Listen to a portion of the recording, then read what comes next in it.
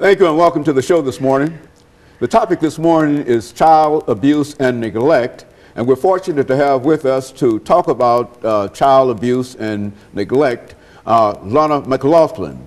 And of course, Alana has been with us on a number of occasions, and I don't think that she will really need an introduction to many of our audience this morning, but nevertheless, let us have you, Alana, to give our audience some information about your background, your education, and some of your experiences, and then we'll talk about the topic child neglect and abuse, and have you to again tell us some of the things that you feel in reference to these topics. Let's start off with your background and some of that information. Well, my parents are Michael Lee McLaughlin and Cheryl Lynn Haney. And my grandparents are Mildred J. Haney and Dr. James Haney. The first school I ever went to was Napier Elementary, where I had teacher Mr. Downey for pre-K. The second school I went to was Alex Green, and for kindergarten I had Mrs. Harfield, and for first grade I had Miss Jennifer Berry.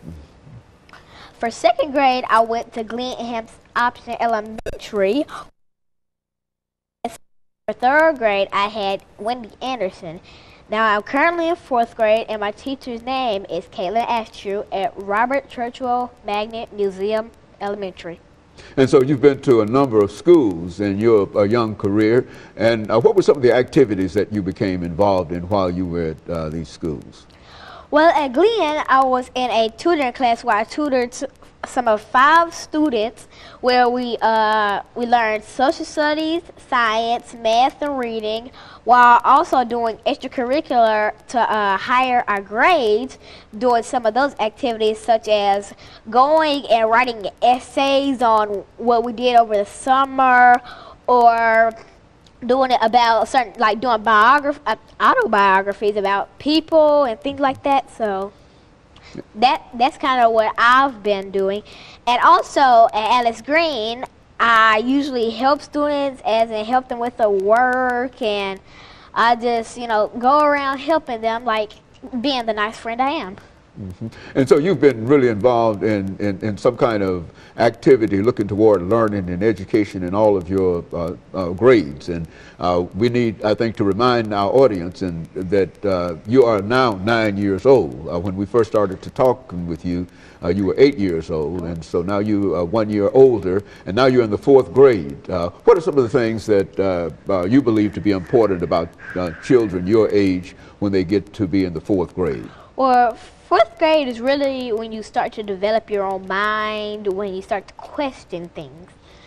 And it's really, it's kind of the center of elementary school. You're the big kids now, so you have to show the little kids what you're doing. You have to be a role model and a mentor for them, because they don't know that hitting is a bad thing. So you have to show them that if you don't hit, they will be like you, because if you're in 4th grade, you have little kids, if you have little brothers in 1st grade, 2nd grade, and kindergarten and pre-K, they will be like you and stop doing all the hatred and things like that in our schools.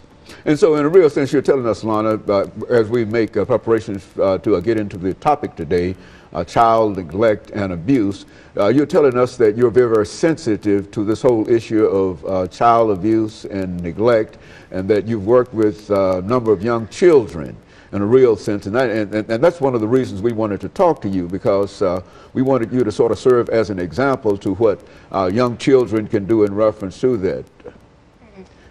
Well, child abuse is basically it's neglect, and it's not taking care of your child or a caregiver taking care of whom they are taking care of.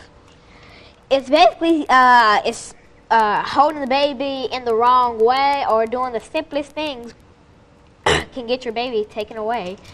I would also like to talk about the Charles Lindbergh case.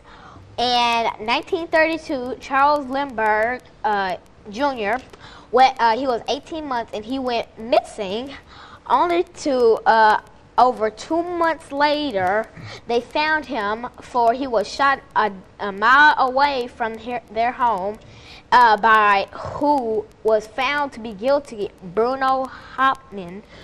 Now, Bruno was found guilty and he was sentenced to death, and he was 39 when he died. Okay, and Alana, let's stop here with that information in reference to that case, and have our first commercial break. And when we come back, we'll have you to deal with some other aspects of child neglect and child abuse, recognizing that this is one of the classic examples of child abuse and neglect. And we'll be back with our audience following this very, very short commercial break.